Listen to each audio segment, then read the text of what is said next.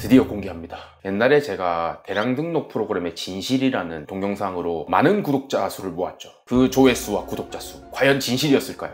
너의 상품을 판다면 그 상품들 중에서 잘 팔리는 애들을 가져와서 파는 거, 그게 당연한 건데 너의 상품을 파는데 잘 팔리는 거를 들고 오는 게 아니라 전부 다 들고 와갖고 쌓아놓는 이게 사업이 되겠냐고요. 기본을 생각하면 그게 안 되는 거죠. 프로그램 회사 마감 어쩔 거예요? 사업 접을 거예요?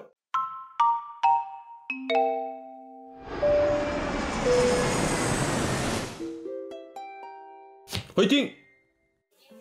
무슨 재산세가 살면서 재산세 처음 받아봐요. 우리 사무실 재산세 공개합니다.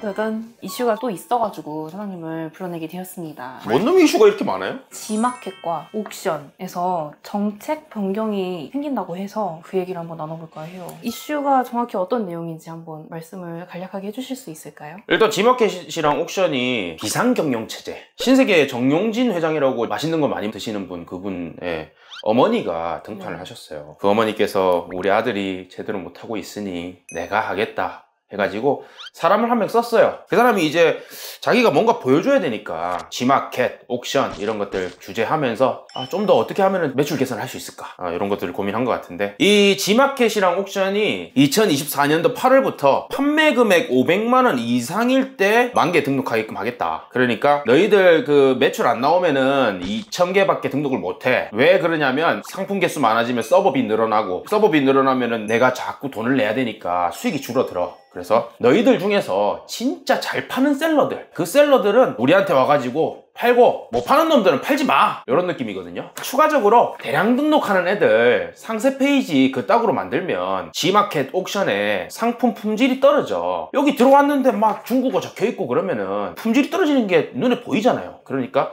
대량 등록 프로그램을 막는 효과도 있으니까 이렇게 최대 상품 수량 개수 조절을 한 거죠. 설명을 너무 잘한 것 같다. 그리고 또 한 가지가 있는 게, 등록을 해놓고 판매를 안 하는 상품들이 있잖아요. 그 상품 개수가 2배가 될 경우에 네네. 신규 등록을 하지 못한다고. 그쵸. 네. 지금 많이 쌓아놓은 사람들이 많지. 네. 옛날에 대량 등록 프로그램 한창 어떨 때 쿠팡이 최대 상품 수량 개수가 없었어요. 그때 당시에 저도 대량 등록 프로그램을 이용을 했었고, 한 달 하면은 10만 개는 넘게 올라가더라고. 그렇게 해가지고 몇 번 맛을 봤고, 저도 대량 등록 프로그램을 지속적으로 새로 나오면 써보고 근데 결과적으로는 수동 등록 베이스로 사업을 진행하고 있습니다. 이런 발표가 대량 등록을 하던 셀러들에게 어떤 영향을 주게 될지. 대량 등록 하시는 분들은 2,000개면요 반나절도 안 되면 올라갈걸? 대량 등록에는 여러 가지가 있어요. 초대량은 초필살기 대량, 그냥 다 올리는 거야. 해외에 있는 거 다 올려. 그 다음 좀 약간 점잖은 대량, 내가 어느 정도 해외에서 판매처를 선별해가지고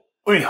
그리고 반자동은 판매처가 있네? 거기서 내가 원하는 상품 클릭해서 올려. 이런 게 있어요. 제가 봤을 때는 초대량, 그리고 대량, 그런 대량들은 문제가 될 것이다. 왜냐면 상품 수량이 2,000개로 줄어들면 2,000개까지밖에 못 올리고, 그 다음에 더 올리려면 사업자를 더 추가로 설립을 해야 되는데, 제가 이때까지 사업자 120개 있는 사람 봤거든요. 자, 이거 기억도 못할 것 같아요. 기억도 못해. 미치려고 그래요. 근데 더 만들어야 된다는 거잖아.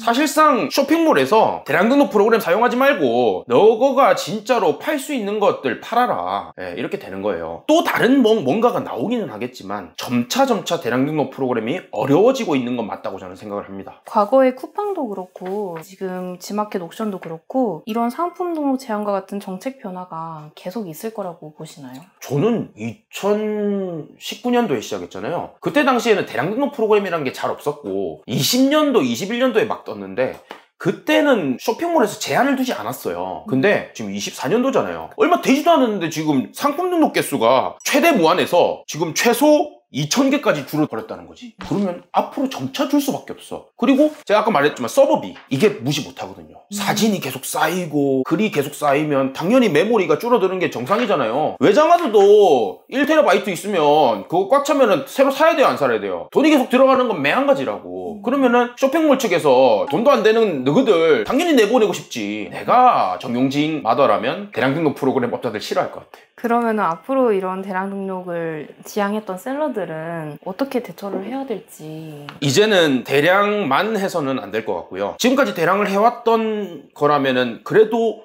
몇만 개 중에서 한두 개는 팔렸을 거 아니에요. 그것들을 가공하는 방법들을 알아야 될 것 같아요. 근데 가공하는 것을 아는 것보다는요, 저는 수동 방식으로 먼저 시작하는 게 더 중요하다고 봐요. 대량 등록은 겉다리예요. 전통적인 사업을 이길 수 없다고 생각하거든요. 옛날부터 해왔던 유통, 그리고 내 상품을 파는 거. 너의 상품을 판다면 그 상품들 중에서 잘 팔리는 애들을 가져와서 파는 거. 그게 당연한 건데, 너의 상품을 파는데 잘 팔리는 거를 들고 오는 게 아니라 전부 다 들고 와서 쌓아놓는 이게 사업이 되겠냐고요. 기본을 생각하면 그게 안 되는 거죠. 오늘 좀 약간 화가 난 것 같은데. 그러면은 이게 얘기가 나온 김에 대량 등록과 수동 등록에 대해서 조금 여쭤보고 싶어요. 조 사장님도 아까 말씀해주신 대로 사업 초기에 대량 등록 프로그램을 쓰셨다고. 사실 지금도 써요. 근데 주는 아니잖아요, 사실.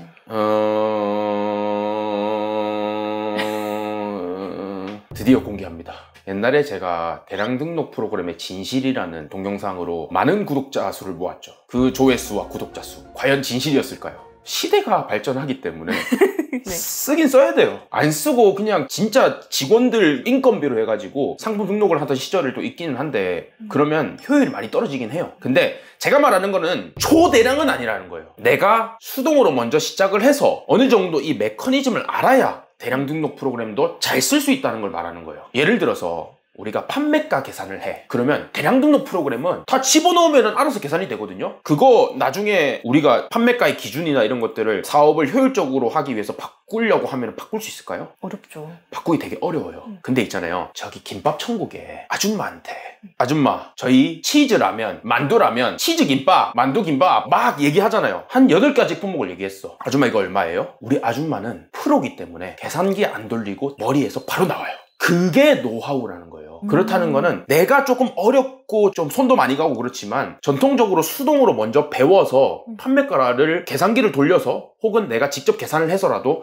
해놔야 내가 현지 판매 가격이 딱 보였을 때 바로 대가리에 톡톡 나오면서 스마트 스톡 판매 가격이 보이는 거야. 그게 진짜 프로라는 거예요. 그렇게 되어야만 내가 대량 등록 프로그램을 쓰던 엑셀을 쓰던 나중에 사업 방향이 바뀔 수도 있는데 그런 걸 갖다가 당연히 수정할 수 있는 능력이 생긴다는 거예요. 근데 처음부터 대량 등록 프로그램에 집중을 해. 프로그램 회사 마감 어쩔 거예요? 사업 접을 거예요? 그리고 프로그램이라는 게 완벽하지 않단 말이에요. 쇼핑몰에서 무슨 이슈 일어나면 로직 바뀌었다고 잠시 중단되고, 그 다음에 현지 판매처 UI 조금 바뀐다고 수집 안 되고, 그거에 치중을 하느니 내 머리가 모든 판매처 그리고 쇼핑몰에 잘 맞게끔 공부를 하는 게 제일 중요하다고요. 왜냐? 구매 대행도 부업으로 접근하면은 프로그램을 사용해서 힘을 빌리고 할 수 있는데, 부업으로 접근하더라도 본질적으로는 사업이기 때문에 이 사업을 단계적으로 진행하는 게 가장 중요하다고 생각을 해요. 그러면 그것 자체가 효율이 될 거예요. 나중에 내가 점차 열심히 하면 1년차, 2년차, 3년차, 4년차가 될수록 점점 더 노하우가 생긴다고. 우리 수강생들은 유튜브에 나오는 그런 매출 가지고는 출연도 안 해요. 제가 우리 유튜브에 우리 수강생들을 많이 출연시키지 않는 이유도 그 때문이에요. 내 수강생 얘기해서 죄송합니다만 월 매출 1억이 기본이에요. 보통 우리 유튜브는 4, 5천 가지고 유튜브 출연하잖아요. 1억이 기본이고 진짜 평균적으로 3억, 4억 이런 사람들도 되게 많고, 많이 나온 건 7억, 12억까지도 나왔단 말이에요. 그 사장님들이 물론 돈은 조용히 버는 거라고 노출을 꺼려 하시는 분도 있기는 하지만 웬만해서는 출연 안 시키는 이유가 사업을 하는 사람들한테 뭐 출연해달라 이런 얘기를 하기가 좀 힘들기 때문이에요. 어찌됐건 기본적으로 수동 등록으로 이렇게 공부를 해가지고 사업을 진행을 하면서 대량 등록 프로그램 하나도 안 쓰고 진짜 구매 대행 사업을 기본을 가지고 진행하시는 분들이 잘 되는 꼴을 너무 많이 봐가지고 저는 대량 등록 프로그램을 시작하는 건 반대예요. 물론 아까 말씀드린 대로 수동으로 시작해서 대량 등록 프로그램을 접목시키는 건 괜찮다고요. 저도 그렇게 한다고요. 막 홀리는 것 같아요, 사람들이. 그 유튜브에서 자동으로 올라가가지고 상품이 팔리고 한다.